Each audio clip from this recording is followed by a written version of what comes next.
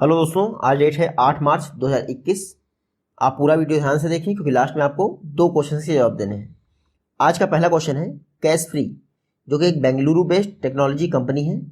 इसने अपने मर्चेंट्स को इंटरनेशनल पेमेंट इनेबल करने के लिए किस पेमेंट सिस्टम के साथ पार्टनरशिप की है? तो कैश फ्री ने पेपल के साथ पार्टनरशिप की है। किसके साथ? पेपल। ये देख लीजिए, पेपल आपको पता ही है इंटरनेशनल पेमेंट सिस्टम है, जिसके साथ कैश फ्री ने पार्टनरशिप की है ताकि इसके मर्चेंट्स यानी व्यापारी लोग इंटरनेशनल पेमेंट भी एक्सेप्ट कर सकें। इस एग्रीमेंट के तहत या फिर इस पार्टनरशिप के तहत जो कैश फ्री के मर्चेंट्स हैं वो 28 प्लस करेंसीज में इंटरनेशनल पेमेंट एक्सेप्ट कर सकते हैं। तो याद रखिएगा, कैश फ्री प्लस पेपल, इन्होंने पार्टनरशिप की है ताकि इंटरनेशनल पेमेंट भी एक्सेप्ट कर सकें मर्चेंट्स। पेपल की बात करें तो 1998 में स्थापना हुई थी। कैलिफोर्निया में इसका हेडक्वार्टर है और सीईओ कौन है? डैन स्कलमैन। नेक्स्ट क्वेश्चन है, रिसेंटली डीआरडीओ द्वारा इंटीग्रेटेड टेस्ट रेंज चांदीपुर से एसएफडीआर टेक्नोलॉजी का सक्सेसफुल टेस्ट किया गया है। आपको पता है इंटीग्रेटेड टेस्ट रेंज चांदीपुर ये कहाँ लोकेटेड है? तो ये स्थित है ओडिशा में। कहाँ पे? ओडिशा में। देख लीजिए, डीआरडीओ द्वारा सक्सेसफुली एसएफडीआर टेक्नोलॉजी का टेस्ट किया गया है आईटीआर चांदीपुर ओडिशा पोस्ट से। इंटीग्रेटेड टेस्ट रेंज चांदीपुर ये ओडिशा में है। इसके अलावा एक और इंटीग्रेटेड टेस्ट रेंज है जिसका नाम है बालासोर, ये भी ओडिशा में है। तो एसएफडीआर टेक्नोलॉजी का सक्सेसफुली डीआरडीओ ने टेस्ट किया। कहाँ से? ओडिशा कोस्ट से। एसएफडीआर टेक्नोलॉजी क्या है? ये एक मिसाइल प्रपल्सन सिस्टम है। इसको रॉकेट में भी कई बार यूज़ किया जाता है, क्योंकि जो प्रपल्सन सिस्टम होता है मोस्टली क्या करता है, वो धक्का ही देने का काम करता है ना। तो एसएफडीआर वही टेक्नोलॉजी है जिससे प्रोपल्सन मिलता है किसको? रॉकेट को या फिर मिसाइल को। सबसे पहले डीआरडीओ द्वारा 2017 में इसको टेस्ट किया गया था, फिर 2018-19 में टेस्ट किया गया, अब 2020 में भी टेस्ट किया गया। ये जो एसएफडीआर टेक्नोलॉजी है इसको डेवलप किसने किया है? तो डीआरडीओ की हैदराबाद में एक लैब है, रिसर्च सेंटर, जिसका नाम है इमारत। याद रखिएगा, ये एपीजे अब्दुल कलाम जी द्वारा स्थापित की गई थी इमारत, इसी ने इसको डेवलप किया है। डीआरडीओ की बात करें तो 1958 में स्थापना हुई थी, न्यू दिल्ली में इसका हेडक्वार्टर है। चेयरमैन कौन है? जी सतीश रेड्डी। देखिए, डीआरडीओ का मोटो है बलस्य मूलम विज्ञानम। डीआरडीओ ने कुछ समय पहले ही 2 सक्सेसफुल टेस्ट किए थे। किसके? VLSR सैम, यानी कि vertical launch short range surface to air missile system के। और अब डीआरडीओ ने एसएफडीआर टेक्नोलॉजी का सक्सेसफुली यूज कर लिया है, जो कि एक मिसाइल प्रोपल्सन सिस्टम है, दोनों ओडिशा कोस्ट से। नेक्स्ट क्वेश्चन है, इंडियन मर्चेंट्स के लिए रुपे सॉफ्ट पीओएस लॉन्च करने के लिए एनपीसीआई ने किसके साथ पार्टनरशिप की है? तो एनपीसीआई ने एसबीआई पेमेंट के साथ पार्टनरशिप की है। किसके साथ? एसबीआई पेमेंट के साथ। रुपे सॉफ्ट पीओएस सोल्यूशन, यानी कि ये सॉफ्टवेयर पे काम करेगा। कई बार आपने देखा होगा पेटीएम की मशीन रहती है, वो सॉफ्टवेयर जैसे मोबाइल का एंड्रॉयड सिस्टम पे आसानी से यूज हो जाती है और फिर उससे आप पेमेंट कर सकते हैं, लेकिन कई जगह पे रुपे कार्ड के लिए दिक्कत आती है। तो रिसेंटली एनपीसीआई ने एसबीआई पेमेंट के साथ पार्टनरशिप की है ताकि इंडियन मर्चेंट्स के लिए रुपे सॉफ्ट पीओएस को लॉन्च किया सके। रुपे सॉफ्ट पीओएस ये 5,000 तक का जो अमाउंट है वो एनएफसी टेक्नोलॉजी के माध्यम से बिना पिन के भी एक्सेप्ट कर लेगा। आरबीआई ने कहा था ना कि 5,000 तक का ट्रांजेक्शन बिना पिन के भी हो सकता है अगर नियर फील्ड कम्युनिकेशन टेक्नोलॉजी आधारित यानी चिप वाला कार्ड है आपका। तो RuPay soft POS solution launch करने के लिए एनपीसीआई ने एसबीआई पेमेंट के साथ पार्टनरशिप की है। NPCI national payment corporation of India 2008 में स्थापना हुई थी, मुंबई में इसका हेडक्वार्टर है। एमडी एंड सीईओ कौन है? दिलीप आसबे। नेक्स्ट क्वेश्चन है, रिसेंटली किस प्राइवेट बैंक द्वारा इंडियन आर्मी पर्सनल्स के सैलरी अकाउंट को हैंडल करने का अनाउंसमेंट किया गया है? तो अभी तक पब्लिक सेक्टर बैंक तो कई सारी यूज कर रही थी, मतलब हैंडल कर रही थी इंडियन आर्मी के अकाउंट, लेकिन कोटक महिंद्रा बैंक ने रिसेंटली अनाउंस किया है कि वो आर्मी पर्सनल्स के बैंक अकाउंट को हैंडल करेगा। देख लीजिए, प्राइवेट सेक्टर की बैंक है कोटक महिंद्रा बैंक, इसने अनाउंस किया है कि इंडियन आर्मी के जो पर्सनल्स हैं यानी जो उसमें काम करते हैं उनके सैलरी अकाउंट को वो हैंडल करेगा। ये देख लीजिए, चाहे वो रिटायर्ड हो या फिर एक्टिव हो, दोनों तरह के एम्प्लॉयज़ के लिए फैसिलिटी लॉन्च की है कोटक महिंद्रा बैंक ने। तो एमओयू रिसेंटली साइन किया गया है इंडियन आर्मी और कोटक महिंद्रा के बैंक के बीच में। 0 बैलेंस से अकाउंट खुलेगा आपका सैलरी अकाउंट, 4% का इंटरेस्ट रेट भी मिलेगा। साथ ही साथ वीज़ा एटीएम से आपको अनलिमिटेड एटीएम ट्रांजेक्शन भी मिलेंगे। तो ये फ्री है, आप तो मुबारक हो। आर्मी वालों के लिए काफ़ी फैसिलिटी रहती है, इसकी आधी थोड़ी सी मेरे ख्याल से तो पब्लिक को भी थोड़ी सी मिलनी चाहिए। खैर, कोटक महिंद्रा बैंक 2003 में स्थापना हुई थी, हेडक्वार्टर है मुंबई में, सीईओ हैं उदय कोटक, और टैगलाइन आप पढ़ लीजिएगा, बैंकिंग वालों के लिए इंपॉर्टेंट है। नेक्स्ट क्वेश्चन है, यील्ड एक ऑनलाइन प्लेटफॉर्म है जो कि बॉन्ड्स एंड डिबेंचर्स को सेकेंडरी मार्केट में डायरेक्टली सेल एंड बाय करने की फैसिलिटी प्रोवाइड करेगा। आपको बताना है यील्ड प्लेटफॉर्म किसके द्वारा लॉन्च किया गया है, तो एक्सिस बैंक की फर्म है एक्सिस सिक्योरिटी, उसने लॉन्च किया है यील्ड प्लेटफॉर्म, जो कि एक ऑनलाइन प्लेटफॉर्म है जिससे आप सेकेंडरी मार्केट में बॉन्ड्स एंड डिवेंचर्स को सेल एंड परचेज कर सकते हैं। याद रखिएगा, तो याद रखिएगा yield platform recently axis securities ने लॉन्च किया है सेकेंडरी मार्केट में, ना कि प्राइमरी मार्केट में। प्राइमरी मार्केट में मोस्टली आईपीओ लॉन्च किए जाते हैं और सेकेंडरी मार्केट में बाकी सारे डेट इंस्ट्रूमेंट लॉन्च किए जाते हैं। याद रखिएगा, जो भी यील्ड प्लेटफॉर्म के तहत ट्रेडिंग की जाएगी उसको बीएससी बॉम्बे स्टॉक एक्सचेंज के एनडीएस प्लेटफॉर्म पे भी तुरंत रिपोर्ट किया जाएगा। याद रखिएगा, पहली बार इस तरह का कोई इनिशिएटिव लॉन्च किया जा रहा है जिससे डायरेक्टली रिटेल कस्टमर्स भी यानी रिटेल इन्वेस्टर्स भी एक्सेस कर पाएंगे डेट इंस्ट्रूमेंट्स को, क्योंकि बॉन्ड्स एंड डिबेंचर्स दोनों डेट इंस्ट्रूमेंट्स हैं, यानी इनकी मदद से आप कर्ज ले सकते हैं। खास बात क्या है, अभी जो यील्ड प्लेटफॉर्म पे ट्रेडिंग होगी वो सिर्फ AAA रेटेड या फिर A rated quality debt instrument में ही होगी, यानी कि अच्छी रेटिंग वाले ही डेट इंस्ट्रूमेंट की ट्रेडिंग हो पाएगी यील्ड प्लेटफॉर्म पे। किसने डेवलप किया है या किसने लॉन्च किया है, एक्सिस बैंक की शाखा एक्सिस सिक्योरिटी ने। एक्सिस बैंक की बात कर लेते हैं हम, 1994 में स्थापना हुई थी, हेडक्वार्टर मुंबई में है। MD एंड CEO कौन है, अमिताभ चौधरी, और टैगलाइन आप पढ़ लीजिएगा, हमारे लिए इंपॉर्टेंट नहीं है। नेक्स्ट क्वेश्चन है, सेंट्रल गवर्नमेंट की और स्टेट गवर्नमेंट की स्कीम का फायदा देने के लिए किस स्टेट गवर्नमेंट द्वारा जागृत डिजिटल प्लेटफॉर्म लॉन्च किया गया है, तो त्रिपुरा गवर्नमेंट ने एक जागृत डिजिटल प्लेटफॉर्म लॉन्च किया जिसका पूरा नाम है जागृत त्रिपुरा। क्या नाम है, जागृत त्रिपुरा। ये एक डिजिटल प्लेटफॉर्म है जिसकी वजह से सेंट्रल गवर्नमेंट की स्कीम या फिर स्टेट गवर्नमेंट की स्कीम का फायदा मिल पाएगा लोगों को। याद रखिएगा, जागृत त्रिपुरा प्लेटफॉर्म खास करके त्रिपुरा के ही सिटीजन्स के लिए है, ताकि सेंट्रल गवर्नमेंट या फिर स्टेट गवर्नमेंट की स्कीम का फायदा मिल पाए। ये जागृत त्रिपुरा प्लेटफॉर्म या फिर प्रोजेक्ट डेवलप किसने किया है, इजी गव ने जियो ग्रुप के साथ डेवलप किया है। इतना याद रखिएगा, सिर्फ त्रिपुरा के रेजिडेंट्स के लिए है जागृत त्रिपुरा। त्रिपुरा की बात करें तो ये मैप में देख लीजिए, ये है त्रिपुरा, तीन तरफ से बांग्लादेश से घिरा हुआ है। सीएम कौन है, बिप्लब कुमार देव। गवर्नर कौन है, रमेश बैस। त्रिपुरा कुछ समय पहले इसलिए चर्चा में था कि जो गवर्नर है त्रिपुरा के रमेश बैस, इन्होंने त्रिपुरा के उदयपुर में एक उदयपुर साइंस सेंटर जो है इनॉग्रेट किया था। नेक्स्ट क्वेश्चन है, स्टीफन लॉफवेन वर्तमान में किस कंट्री के सर्विंग प्राइम मिनिस्टर हैं, तो स्टीफन लॉफवेन वर्तमान में स्वीडन के प्राइम मिनिस्टर। कहाँ के, स्वीडन के। चर्चा में क्यों है, इसलिए हैं क्योंकि recently prime minister Modi ji और स्वीडन के प्राइम मिनिस्टर स्टीफन लॉफवेन के बीच में बैठक हुई। ये 5वीं बार था जब दोनों लीडर्स ने आपस में बैठक की है 2015 के बाद। तो याद रखिएगा, पीएम मोदी और स्वीडन के प्राइम मिनिस्टर स्टीफन लॉफवेन के बीच में रिसेंटली बैठक हुई है। सबसे ज़्यादा इंपॉर्टेंट ये है कि इस बैठक में दोनों कंट्रीज ने लीड आईटी पर फोकस किया। लीड आईटी क्या है, leadership group on industry try transition. ये इंडिया एंड स्वीडन के बीच में ज्वाइंट इनिशिएटिव है लीड आईटी, और इसको 2019 में जो यूएन क्लाइमेट एक्शन समिट हुई थी न्यूयॉर्क में, उसी दौरान लॉन्च किया गया था। लीड आईटी इंडिया और स्वीडन के बीच में एक ज्वाइंट इनिशिएटिव है जिस पर रिसेंटली डिस्कस किया गया है पीएम मोदी और स्वीडन के prime minister Stefan Lofven. Sweden आप मैप में देख लीजिए, कैपिटल क्या है, स्टॉकहोम। करेंसी क्या है, स्वीडिश क्रोना। और यहाँ के प्राइम मिनिस्टर कौन है, अभी मैंने बताया आपको, स्टीफन लॉफवेन। ये याद रखिएगा, 2015 के बाद 5वीं बार मिले हैं स्वीडन और इंडिया के प्राइम मिनिस्टर। नेक्स्ट क्वेश्चन है, रिसेंटली माइक्रो फाइनेंस इंस्टीट्यूशंस के लिए बिजनेस किस सुरक्षा कवर किस जनरल इंश्योरेंस कंपनी ने लॉन्च किया है, तो बिजनेस किस सुरक्षा कवर लॉन्च किया है HDFC एर्गो ने। किसने, HDFC एर्गो। ये देख लीजिए, HDFC Ergo general insurance company ने बिजनेस किस सुरक्षा कवर लॉन्च किया है माइक्रो फाइनेंस इंस्टीट्यूशंस के लिए। पर्पस क्या है, कई बार नेचुरल डिजास्टर्स आ जाते हैं ना, तो माइक्रो फाइनेंस इंस्टीट्यूशन की जो हालत होती है वो काफ़ी ज़्यादा खराब हो जाती है। तो उसको ध्यान में रखते हुए HDFC एर्गो जनरल इंश्योरेंस ने बिजनेस किस सुरक्षा कवर लॉन्च किया है माइक्रो फाइनेंस इंस्टीट्यूशंस के लिए। इतना याद रखिएगा। बात करते हैं HDFC एर्गो की, 2002 में स्थापना हुई थी, हेडक्वार्टर इसका मुंबई में है। CEO कौन है, Ritesh Kumar. Micro finance institutions के लिए बिजनेस किस सुरक्षा। नेक्स्ट क्वेश्चन है, रिसेंटली CSIR फ्लोरिकल्चर मिशन के अंतर्गत किसके द्वारा जो CSIR के लैबोरेटरीज के साइंटिस्ट हैं उनको इनकरेज किया गया है कि वो डेवलपमेंट मॉडल जो है प्रिपेयर करें पूरे देश में।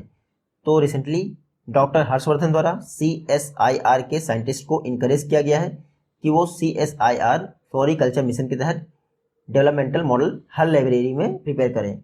कुछ समय पहले ही CSIR फ्लोरिकल्चर मिशन लॉन्च किया गया है 4 फरवरी 2020 को। किसने लॉन्च किया? डॉक्टर हर्षवर्धन ने लॉन्च किया है। साइंस एंड टेक्नोलॉजी मिनिस्टर है डॉक्टर हर्षवर्धन। याद रखिएगा CSIR फ्लोरिकल्चर मिशन।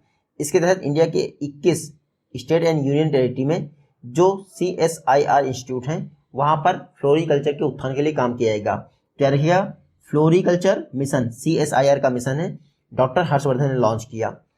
ये देख लीजिए इंडिया का जो फ्लोरिकल्चर मार्केट है वो 2018 के दौरान 15,700 करोड़ का था, लेकिन ये एक्सपेक्ट किया गया है कि 2019 से लेकर 2024 के बीच में यानी 5 वर्ष में ये बढ़कर 47,200 करोड़ का हो जाएगा। तो ये वैल्यू एग्जैक्टली याद रखिएगा, किसी भी एग्जाम में पूछ सकते हैं, बाद में दिक्कत हो जाएगी। तो याद रखिएगा CSIR फ्लोरिकल्चर मिशन। अच्छा, फ्लोरिकल्चर क्या होता है? फूलों की खेती को फ्लोरिकल्चर के नाम से जाना जाता है, यानी खुशबू वाले पौधों की खेती को। CSIR की बात करें 1942 में स्थापना हुई थी, न्यू दिल्ली में इसका हेडक्वार्टर है। इसके प्रेसिडेंट हमेशा प्राइम मिनिस्टर होते हैं और DG कौन है? शेखर सी मांडे। नेक्स्ट क्वेश्चन है, गवर्नमेंट ऑफ इंडिया द्वारा जो हमारा 75th ईयर इंडिपेंडेंस डे का है उसको सेलिब्रेट करने के लिए एक नेशनल कमेटी बनाई जा रही है। इसको हेड कौन करेगा? तो गवर्नमेंट ऑफ इंडिया द्वारा जो नेशनल कमेटी बनाई गई है 75th इंडिपेंडेंस डे को सेलिब्रेट करने के लिए, उसके हेड होंगे PM मोदी। कौन होगा? PM मोदी। ये देख लीजिए गवर्नमेंट ऑफ इंडिया ने नेशनल लेवल पर एक कमेटी बनाई है 75 यानी कि जो 75वीं वर्षगांठ है हमारे स्वतंत्रता दिवस की, उसको सेलिब्रेट करने के लिए 15 अगस्त 2022 में।